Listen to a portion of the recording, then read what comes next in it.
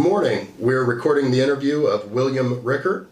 This interview is being conducted by Adrian Hill and Eric Whitty from the Wright State University Veterans Voices Project.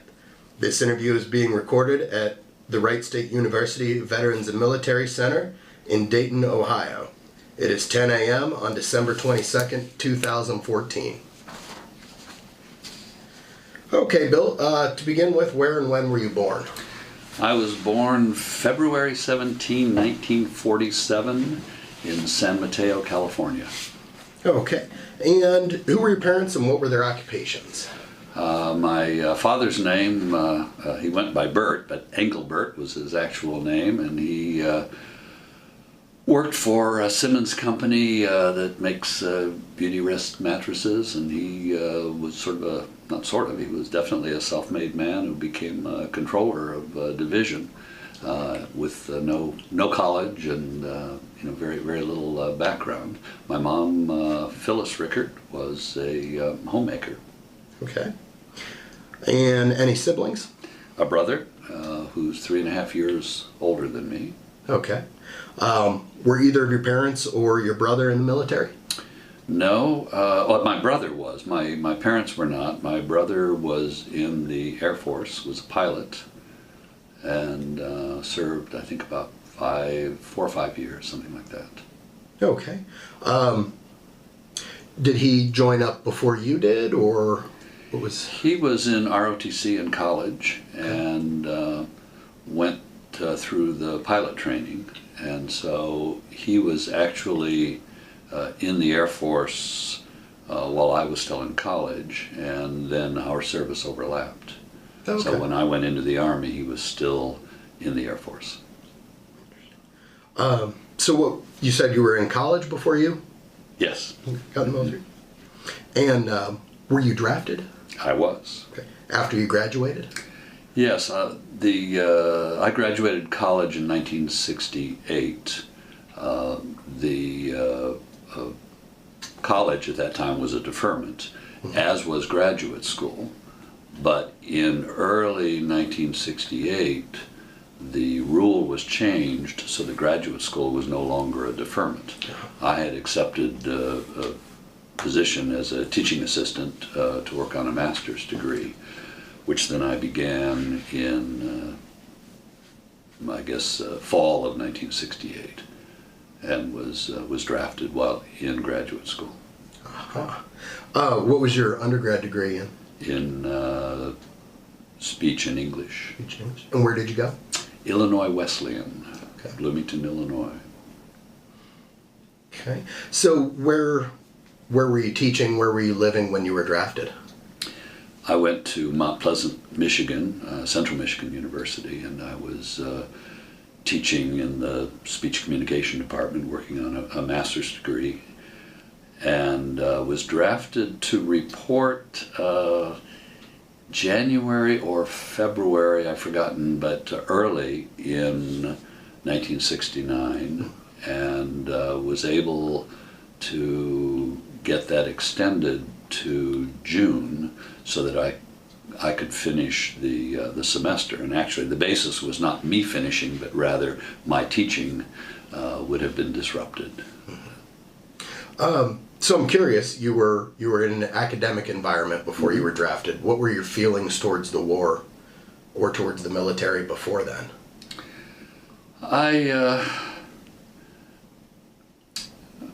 Feelings, I'm not, more thoughts than feelings probably, but I think, like so many people, I was concerned about our role in Vietnam. To be honest with you, I don't think I was particularly well educated. I think I understand it a lot better now than I did then, but certainly had an understanding at a level where I had concerns, but I also had a respect for the country, and that this is where we were, and so I was obviously I didn't seek out military service, but when I was drafted, it was certainly something that I was willing to do and recognized as my obligation. So how much of your master's degree had you completed by the time you were drafted? I finished all the coursework and had started on the thesis. Okay. So that was so that pretty much interrupted it, and did you just postponed it then? I actually, while I was in the Army, I did some work on the thesis, but didn't finish the thesis until after I was out of the Army. Okay. Now, regarding your feelings towards all the military and everything, because that kind of interrupted that, I know if my education was interrupted, unwilling to me, I'd probably be pretty frustrated. Was that... Well, I knew it was coming, so Yeah. it wasn't. I knew that I was 1A, and I knew, that I was very likely to be drafted. So it really didn't come as a surprise. Actually, another irony. I had been accepted in the Peace Corps, so I had already committed to a period of time when I would be serving in some capacity. So the interruption was simply a different interruption. I was waiting for an assignment in the Peace Corps when I was drafted. Okay. So could you tell us a little bit about the process of being drafted? How were you notified, the timeline of it? I was notified, as I say, I think it was December of '68, roughly that, in order to report early in 1969. Just a letter in the mail, greetings, and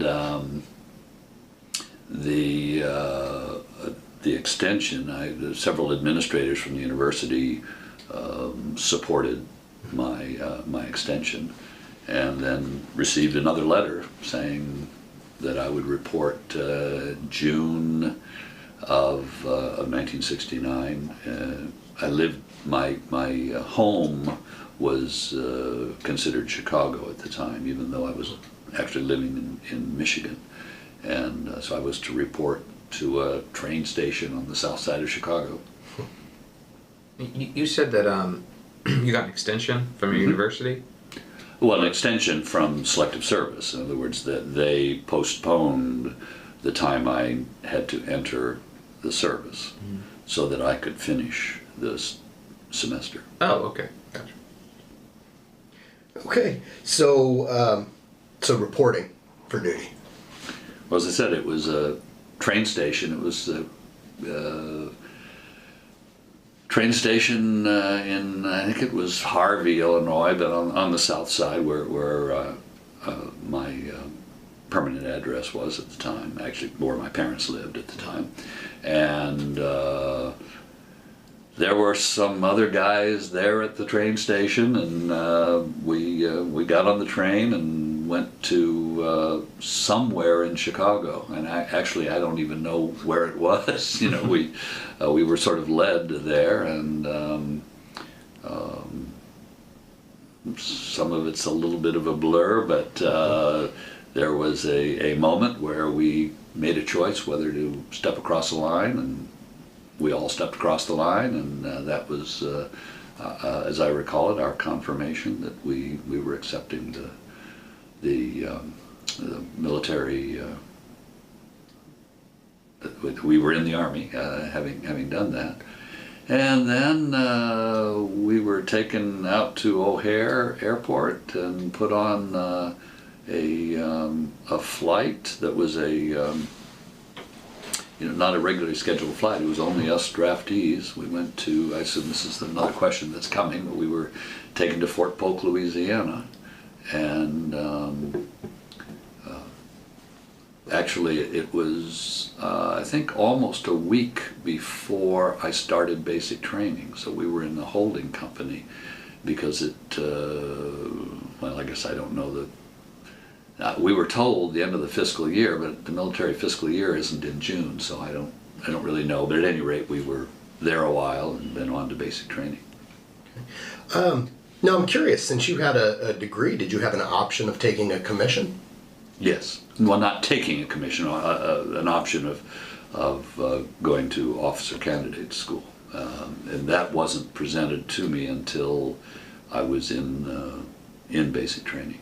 Okay. So what was your rationale for not taking the commission? Or it was another year. Huh.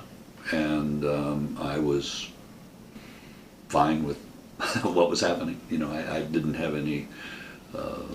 There was no intent on my part to make it a career. I was going to return to education, and so the 2 years was more desirable. More than enough. Okay. So once you got to basic training, was it mostly draftees or a mix of draftees and people who had enlisted, or? It was a mix, but a very large percentage were draftees. And of course, I don't know everybody's circumstance, but you know, you talk with the other guys, and it was a large number of draftees. So I'm curious, what was the morale like? Well, you know, the way the system operated, you didn't really have too much time for morale one way or another. I think the system was, you know, quite brilliantly designed, that we were constantly tired and constantly moving and doing things, and there was an us against them system that was built up. Them being the drill sergeants, and us being, you know, all of us in the basic training, and you know, clearly that was by design. We're all head shaved, and in the 1960s, head shaved, and so we were all sort of equal and wearing the same clothes, obviously, and so on and so forth. So, you know, I think the morale was fine. We were, you know, it was us against them. In my particular case, the drill sergeant that I had was cruel, shall we say. Our company, our barracks, would not win the best barrack award, and so he had us shovel dirt in and hose down the dirt, making mud. This would happen, and then we would low crawl in the PT field, all of which is somewhat, you know, part of the game. But we were low crawling in gravel, and we were all bloody and so on and so forth. And he finally, it was near the end of basic training, he jumped on a fellow and continued to jump on and broke his back, and we didn't see him anymore. So he really was a pretty rotten fellow. But other than that, you know, it was actually a good experience. You know, I think I learned a lot about other people. I lived with a number of people I would never have associated with. Just wouldn't have had the opportunity. Not that I would have not deigned to associate, but really learned a lot about human nature, and was in great physical shape, and at least for me, and so it was a good experience. Not always a happy experience, but a good experience. So you talk about some of the other guys in your platoon, not people that you would normally cross paths with. Mm-hmm. Was it because you had been in college, or was it where you came from, or can we talk a little bit more? Yeah, about we that? all come from somewhere, and we all rub shoulders with someone. I remember one fellow, for example, I can't remember his name, but he was born not far from Fort Polk, Louisiana. And I remember they took us on a trip to Houston. We saw a baseball game in the Astrodome, which was terrific. And he saw an escalator for the first time. He'd never seen one. And I remember him standing in the lobby of that hotel just marveling at this escalator. So, I mean, here's somebody who came from, must have been a very rural background, had never been out of the county. You know, there's an example, but there were others from various parts of the country and various walks of life, and I think it was a wake-up for all of us. And there were others who were, you know, like myself, they were recently graduated college, or you know, so that kind of background as well. So, how did you take to that change in lifestyle from going from a university to basic training? Well, as I say, I don't. You're not given options, you know. So that it's at least options that you're likely to take, and so it was. This is what we're doing now, and I knew, of course, that there was an end point to it, and so it wasn't. This is now my life for the next 50 years, and did get to know some people. You know, made some friends in that environment, and so we, you know, we managed to do our share to make it livable. You know, sometimes fighting back, and so not fighting back, but being perhaps a little less obedient than intended. That sounds like a good story. What one time when you guys were less obedient than intended? Well, actually, I think this was in sort of jumping ahead to infantry training, but we had an exercise that was at night, and we were given coordinates and a compass, and we were to make our way to where the coordinates led us. Well, there were, I think, about 5 of us who agreed once we started we would meet in the woods. We did, you know, pitch dark. And we decided, you know, we can follow these coordinates and really spend all night long doing that, or we can just find high ground, because we know that they're going to pick us up with the cattle trucks. And so all we have to do is find high ground, and eventually we'll see lights. We'll follow that, and we'll end up where we're supposed to be. Sounded like a great plan. And so we did, and then we saw the lights, and we proceeded down the hill, waited a little while, tried to make sure that our timing wasn't too bad. And we walked into the space, following or seeming to follow our compass and so on and so forth. And I remember one of the drill sergeants met us and congratulated us and said, you know, it was terrific. We were the first ones in. How wonderful we did. And of course we were smiling. And he then said, however, if you'd been following the coordinates, you'd have come in from the other side. So we did a few hundred push-ups and et cetera, but it was, you know, it was a great experience and well worth every push-up. Mm-hmm. So during basic training or even further ahead in infantry school, were you given any leadership positions because of your experience, because of your degree, or? No. What? And the degree was pretty meaningless. I'm not sure. I don't know if they knew what my education was versus somebody else. I mean, we were all private E1s, and so I don't. In my mind, it didn't matter. I doubt it mattered much, if any, to them. Did they even know that you had a degree? I mean, that's what I'm saying. I don't know if they did. So you said you came in as an E1 still, even with the college degree? They didn't give any like coming in promotions for that kind of stuff then?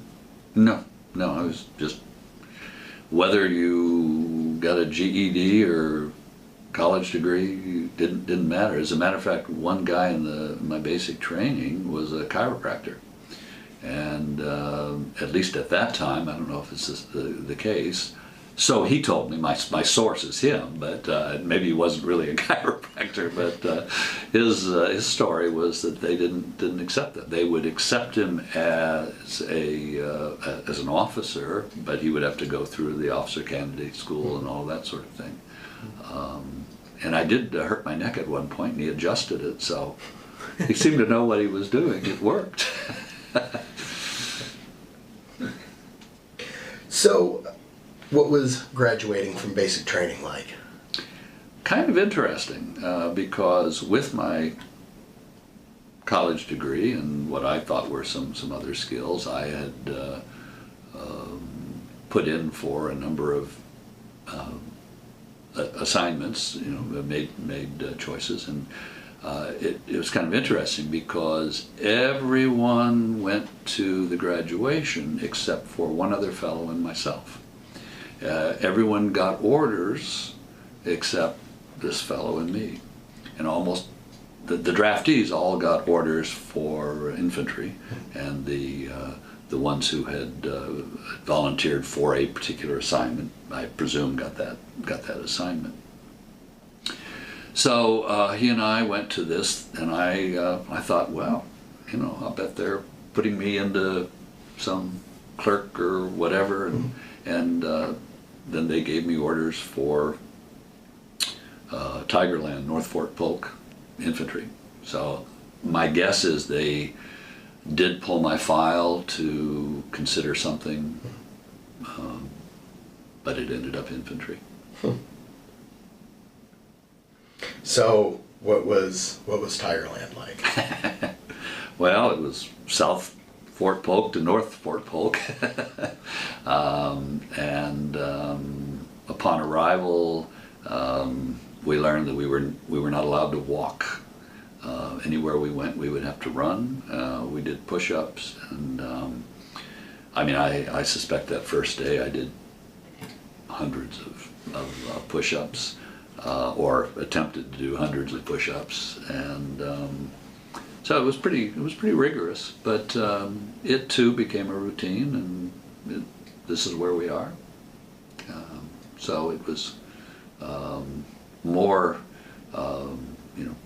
Whereas in basic training we fired the M14, which is a pretty heavy weapon with a whole lot of kick, and in the infantry we fired the M16s, which we used to joke were made by Mattel because they were so light, and plus all of the other weapons. And actually I got a kick out of that, not firing at people, but firing the weapons was interesting and frankly a lot of fun. So I'm curious, 1969, the M16 was still relatively new. What had you heard about it? What did you think about it?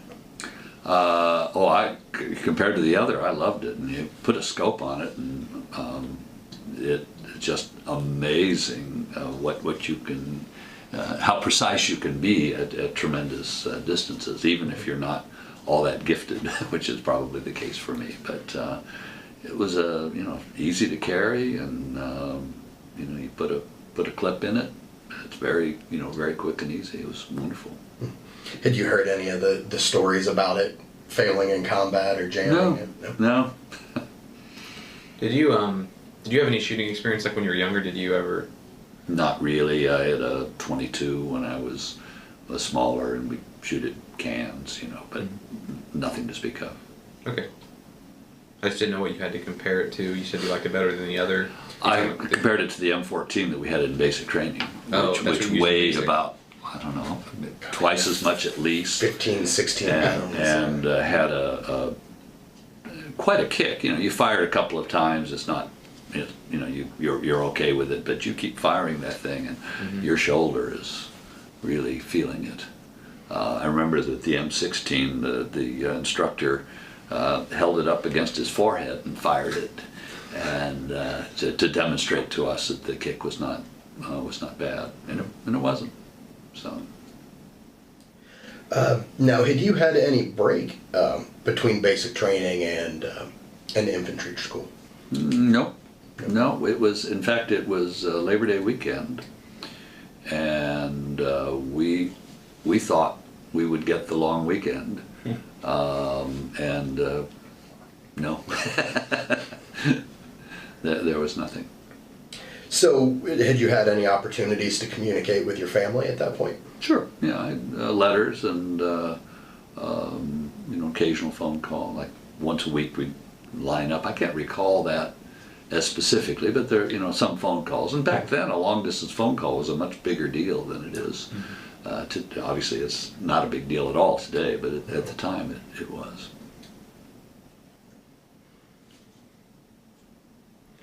So, how did you feel going through the jungle warfare training? Did it feel At what point did it hit you that you may be doing this for real? Oh, I think it hit me when I was drafted. In other words, I think I had that awareness, but I think coping mechanisms kind of block that out. That I'll worry about this moment and not about what happens after that. And I really did believe that I would make it through this and be alive and move on with my life. I knew that there was some possibility that wouldn't happen, of course, but I really had that belief that was, and of course percentage-wise that was likely what would occur. And happily that's what did occur. Okay, so after infantry training, where'd they send you? Well, during the training, they had us sign some forms of where would you like to go, and I put down Alaska, and they gave me orders to Germany. And then, but they gave us all orders to somewhere other than Vietnam. And then right at the end, we all got orders to Vietnam. And actually, the same thing happened to me in infantry training as had happened in basic training. Everybody went to graduation except for one other guy, it's a different guy this time, and I. And we went to the personnel office and then got my orders for Vietnam. So I was sent home, and this was right after, let's see, in November of 1969 with orders to report to Fort Lewis, Washington, and on to Vietnam. So you did get to go home on leave? Yes, I had a 30-day leave, which was great. So what, did you have any experiences? Did you wear your uniform back home? No, I wore it, obviously I had to wear it, flying home, and then the next time I put on the uniform was to leave for Fort Lewis, Washington. Quick question, your friends, most of your friends are still in college, or most of your friends at the time were from your university, right? Well, or from high school, but yes. Was there any taboo with that? I mean, it being in the 60s, with you being, you were drafted, did they have any kind of, maybe they were drawn off from you a little bit, knowing that you were in the military now, or was there any of that? No, I don't think so. There was, now, had I volunteered for it, I'm not sure. But I think there was a, there but for the grace of God go I sort of feel, that they, in fact, my friends from high school as well as college, I'm the only one I know of who was, of close friends who was drafted. So more of a feeling of sympathy, maybe? Yeah, a bit. Okay. Did you have any experience negative with civilians being in the military? When I got to Alaska, there was a pretty strong bias in the community against young men in the military, mostly I think wanting to protect the young women in their households. So I don't know that it was so much anti-military as it was anti-influx of a lot of young men. And there was general, most, it was very easy to know who's in the military and who's not by looking at the hair. In 1969, long hair was absolutely in, and so if you had very short haircut, you were either a bit odd or in the military or both. In my case, it was probably both. Okay, so you're home on leave, expecting to go to Vietnam. Right. Where did you go from there? Went to Fort Lewis, Washington, and knowing that I was going to Vietnam, I had minimal. I didn't bring coat and all that sort of thing. I mean, why would I need that for Vietnam? People said, don't bring it. You know, they'll just be shipping it back, and it probably won't make it back anyway. So I arrived in Seattle, Fort Lewis, with very little of that, and went through the processing that everyone else did. We were all on our way to Vietnam, and then I remember very, very clearly standing in a line where you were to pick up your personnel folder, and sort of person, and I came, and I remember standing in front of this fellow, and he said, "Your orders are flagged." I had no idea. I remember sort of this image of an American flag, but I didn't know what it meant to have my orders flagged, and so I asked him. He said, "It means you're not going to Vietnam." And so okay. Well, at any rate, they put me in a holding company, and never told me why my orders were flagged. I'm guessing that it was because my brother, who was in the Air Force, he lived in Okinawa at the time and did fly missions into and out of Vietnam. So my guess is that they connected the two and wouldn't send two brothers to the combat zone. I don't know that, but I'm guessing that was the case. So they had me fill out, so what would you like your overseas assignment to be? And I thought, well, how about Germany? So they sent me to Alaska. But I was there a week to 10 days, you know, not sure what they were going to do, and I don't know why. But I had a great duty while I was there. I rode in the back of a delivery truck that delivered food to the mess halls, and so we would deliver breakfast. We started very early, but I was accustomed to that by that time, and so we would deliver early to this one place, and they would serve us breakfast, and then we'd deliver to another for a mid-morning snack and another for lunch, and they fed us very well, extremely well, because they wanted the truck driver, they didn't care about us, but they wanted the truck driver to bring them the best vegetables, the best fruits, so on and so forth. And so when they treated him well, he made sure they got the premium foods. So we benefited as a secondary plan. And how long did you do that? It was a week or so, something like that. But that was while you were on the holding, when you were in the Yep. holding? Okay. And the holding company was people who were maybe psychologically unfit or whatever. So I mean, it was an interesting assembly of people. So I was just as happy to move on from that. So then they sent you to Alaska without a coat? It was December of 1969, and I arrived at Elmendorf Air Force Base, and I remember getting off. Actually, I didn't have boots or anything. The fellow the guy in the holding company gave me a pair of boots, and that was about all I had. So I arrived there, and I just had a shirt.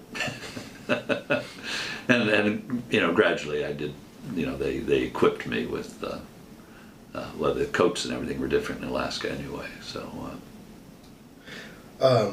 what unit did you get assigned to? I was assigned to the 172nd Infantry Brigade, and as a matter of fact, my first day there, I was the company clerk, and I said, well, you know, what opportunities are there to, you know, do something other than infantry? And he laughed. He said, you know, everybody says that. And then I told him, I said, well, I'm a good typist, and I have a college degree and work on a master's degree, and so on. So he said, let me make a phone call. So within a couple of hours, they had me in the personnel company for the brigade. And so that's what I did the whole time I was in the personnel office. Because we were the personnel office, we had all the records, of course. In the whole brigade, every one of the enlisted draftees, everyone who had a college degree was in that personnel company, except for one, and he was a company clerk. So they grabbed everybody like that. And our personnel office, we figured it up once that the average education was a little bit more than a 4-year degree. So it was an interesting office. Mostly, not all, but mostly draftees. So what about maybe in the brigade in general? Was it a lot of career military who had been to Vietnam, or draftees who got lucky? What was the makeup of the unit like? Well, the personnel office was all people who were, except for there was a sergeant major who was the head of it. Other than him, we were all fairly short time in the military, you know, all of lower rank. And the rest of the brigade, I really didn't have a whole lot of contact, except for a person here and a person there. My job was orders clerk, so I typed all the orders, everything from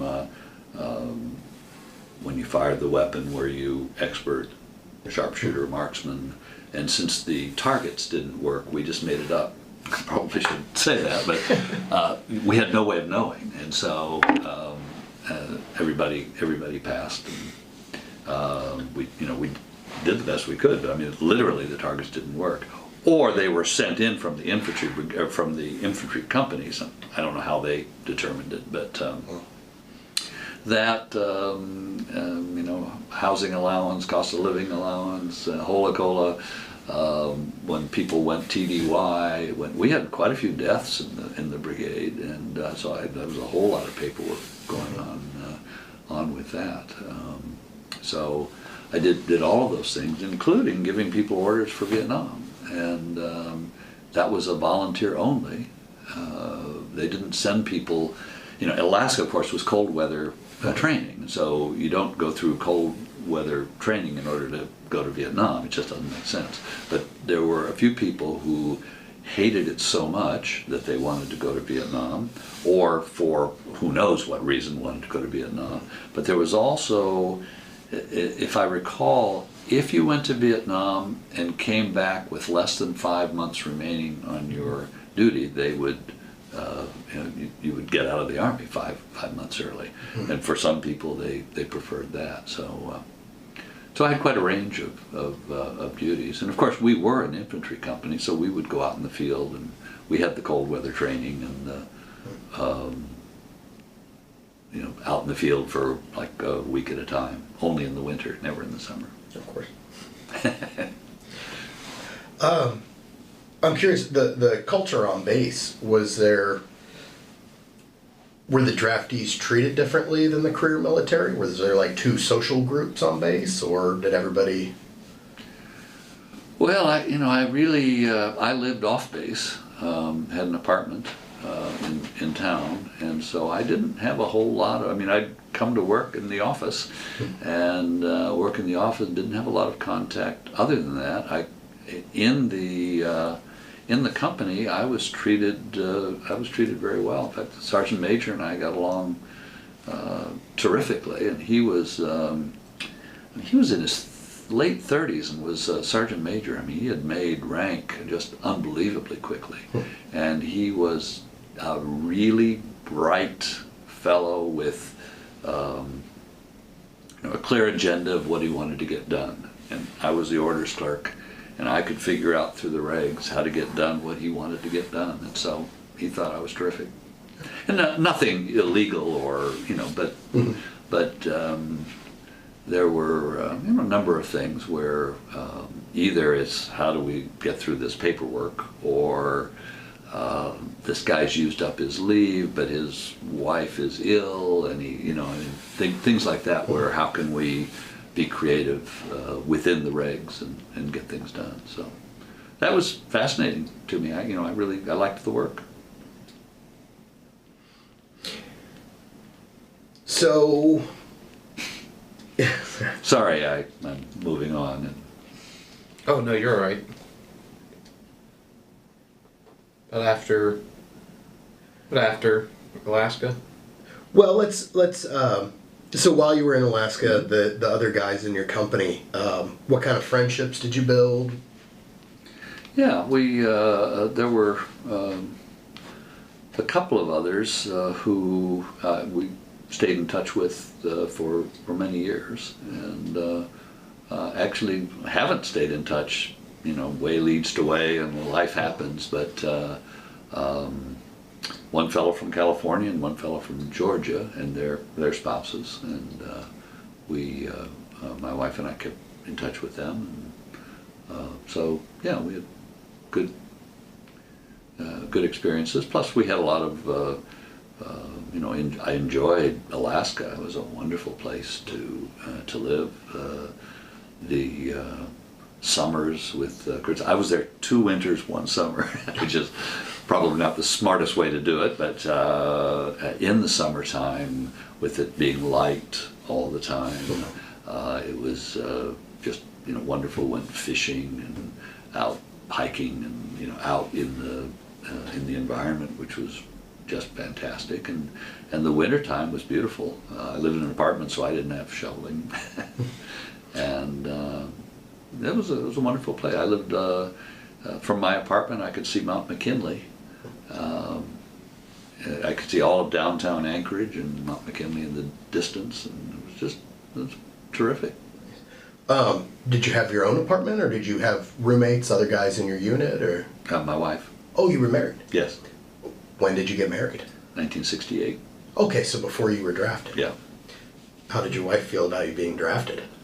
About the same as me. We knew it was coming, so it wasn't.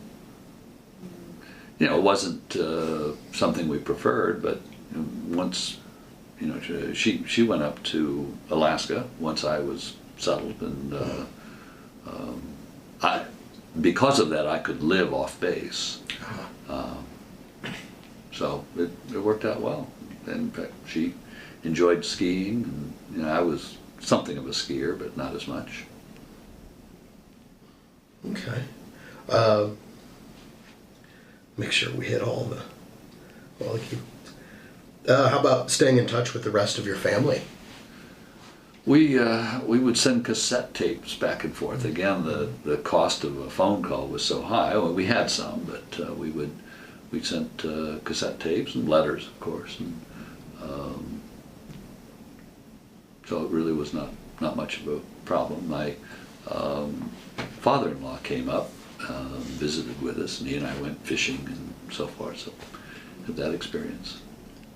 How about holidays? Did you spend the holidays in Alaska, or did you get to go home? Oh no, never went home. The cost would have been let's see, I was in Alaska before I had a base salary of as much as $100 a month. And so the cost of air travel versus my income was pretty staggering. So that really wasn't an option. So how did you celebrate the holidays, you and your wife? Well, again, with other, I think we were all sort of in the same boat, and so we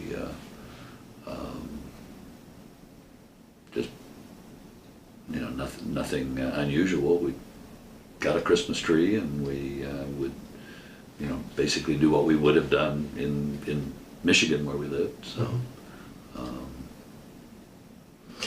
Did you have any children at that point? No. No.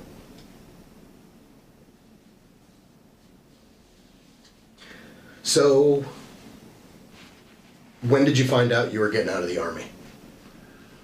When I went in, I knew I was getting out in 2 years. You had an end date from the beginning? Had an end date.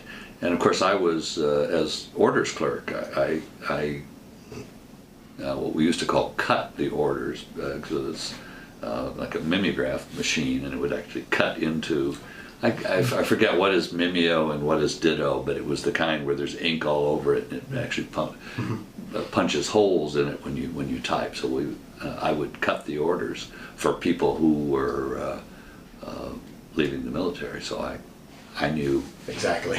yes. Mhm. Were you counting down or anticipating? Yeah, I was, but not. I mean, actually, I explored whether I could, whether there was some way to extend a little bit longer, and they said yes, 6 years. And I said, oh no, that's not what I'm not what I'm thinking of.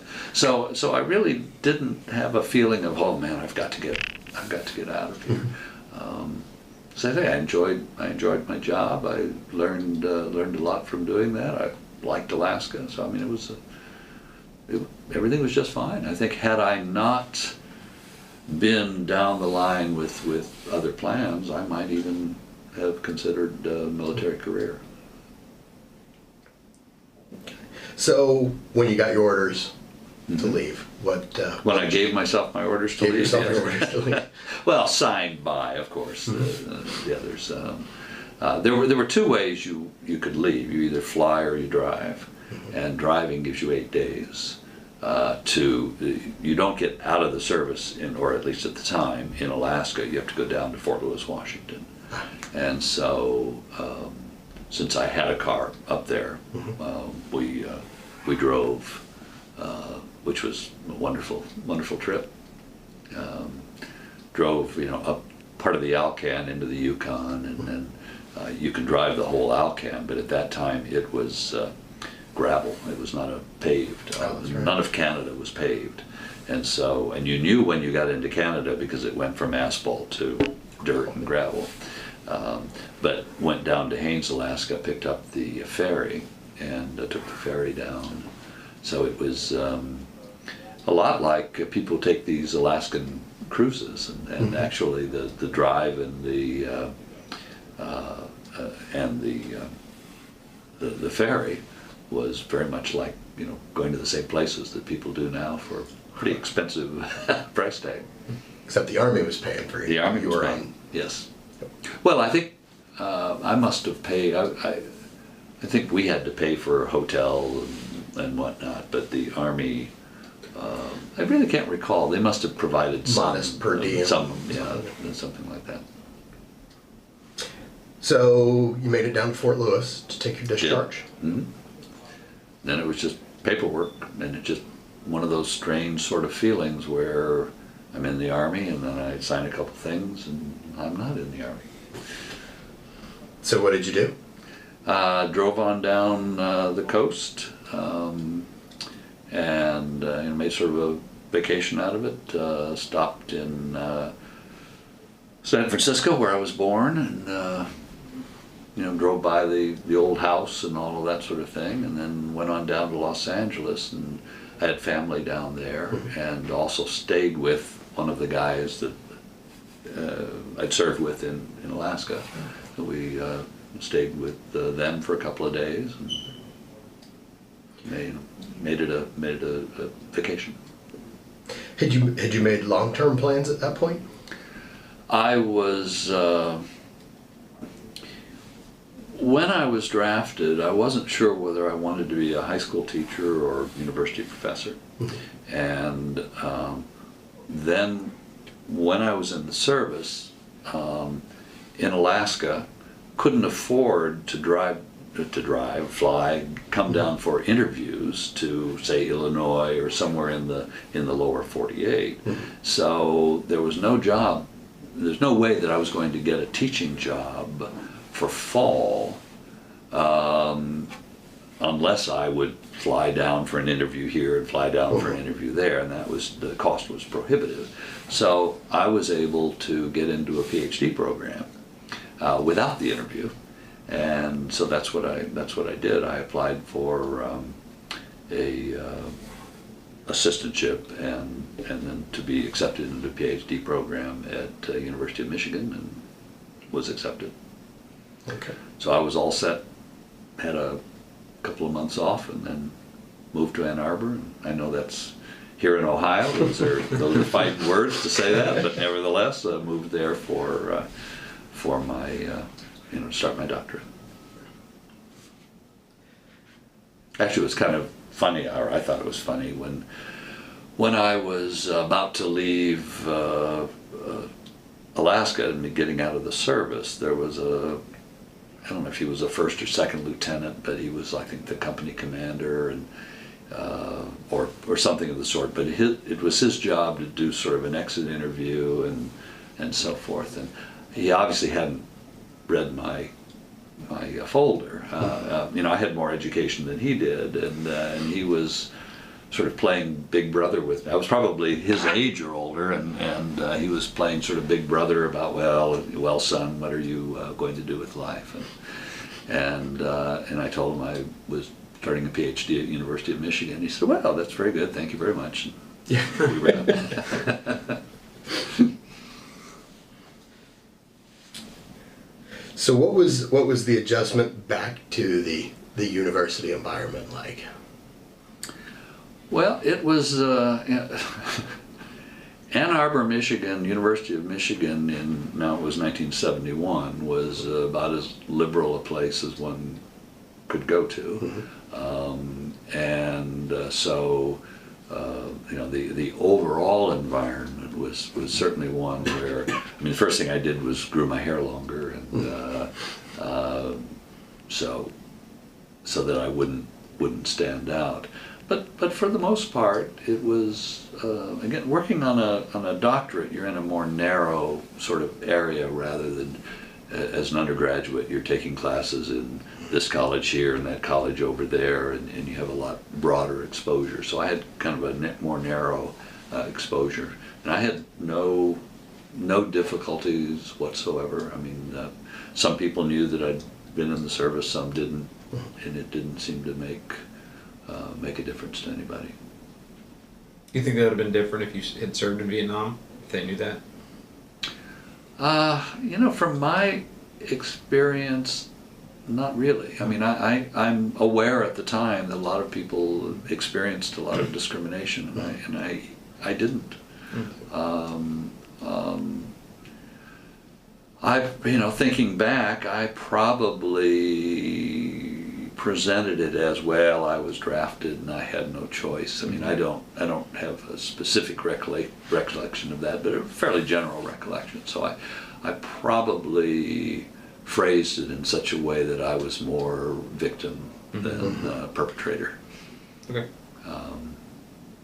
And for anybody, if you serve wherever you serve, that's where you were sent to serve. You may express a preference, but so I really didn't have any that I knew of any problems with it.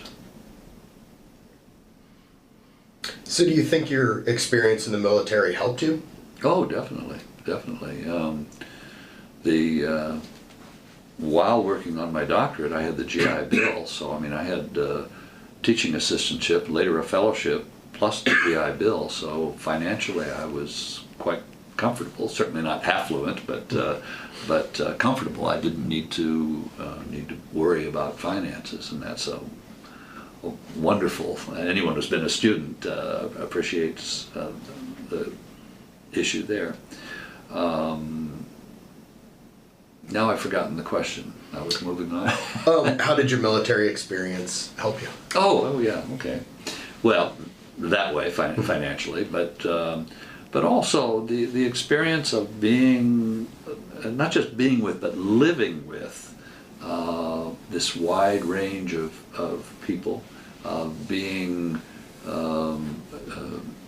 reduced, as were they, all of us reduced to a common denominator where we were, we had the same haircut, the same clothes, the same freedoms or lack thereof, and so on and so forth. And that leveling experience was humbling, and at the same time, it was a growing experience. And then in Alaska, working in the personnel office, that was a tremendous insight into how does this system work, and the opportunity for me to participate in that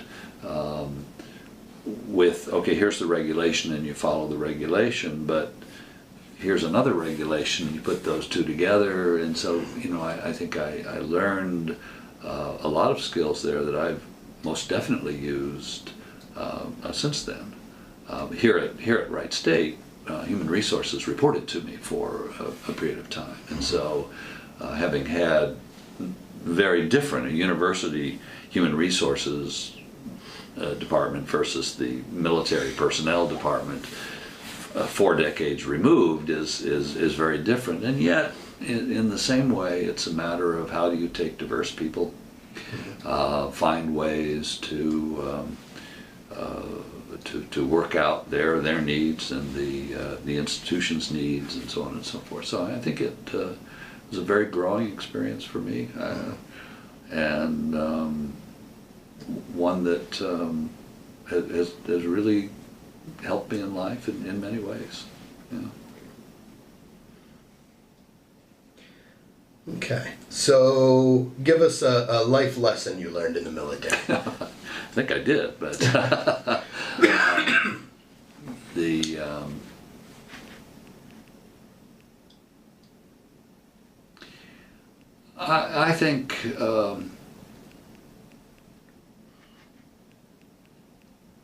I think the life lessons are when you get into an environment such as basic training and then even more intensified infantry training that levels you. You really do get the sense that okay, so I have more education, I was raised in this way, you were raised in that way, whatever it might be, that we really are at the basic level, we are absolutely the same. And I think that has been important for me, in that I while I have a PhD and people call me doctor, it's been 40 years, a little over 40 years, I still sort of bristle at that, in that it seems sort of silly to me, and that I don't feel that way really. I sort of feel like one of the folks. We all take on our roles, of course, but and I think the Army really got that out of me. I was raised. My parents didn't go to college, but I knew when I was probably 5 that I was going to college. I mean, going from 7th grade to 8th grade was the same as 12th grade to college. It was just something that you're going to do. And so I was raised with that strong benefit, and raised not in a wealthy environment, but a very comfortable environment. And I think had I not had that Army experience, I think I would have had much less humility, however much I have. And so I think that's probably the most basic life lesson. That's interesting. And not being an officer, the people, well, you were an officer, right? No, I think my comfort with saluting the officers and being, an E something or another, was also, helping to sort of form my self-concept and how I moved forward. Okay. Do you have anything you want to ask? No, I don't think so. Is there anything that we didn't go over that you wanted to mention, or any good stories, or any good stories? Just anything you thought that you wanted to include prior to coming into this that you didn't get to? Well, I'll tell you one story. I don't know how much it relates, but as orders clerk, I mentioned earlier that people going from Fort Richardson, from Alaska to Vietnam, were only volunteer. A fellow appeared at my office door, just white as a sheet, and he said, "You sent me to Vietnam." And I looked at him and I said, "What's your name?" And he told me. I said, "Yes." And he said, "I thought you had to volunteer." And I said, "Well, you must have volunteered." Well, I went back and looked. There were 2 people who had the same first name and last name. They were both from North Dakota, and they had social security numbers, which we used then, that were almost identical. And so, what would happen is, you'd get this list, and you'd take the list down, and you'd, okay, Smith, da da da, and you would, you would look up some basic things, but you would never expect that incredible correspondence. Yes. So, of course, we changed the orders and sent the fellow who had volunteered rather than the one who hadn't, but I'm sure there was a life lesson in that too.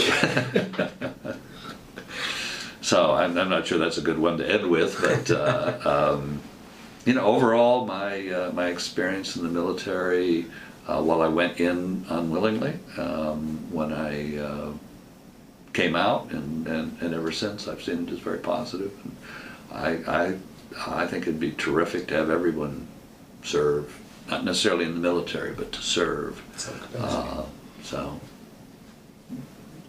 Good. Anything else? I think not. That'll work. Thank you very much. Thank you. In the interview.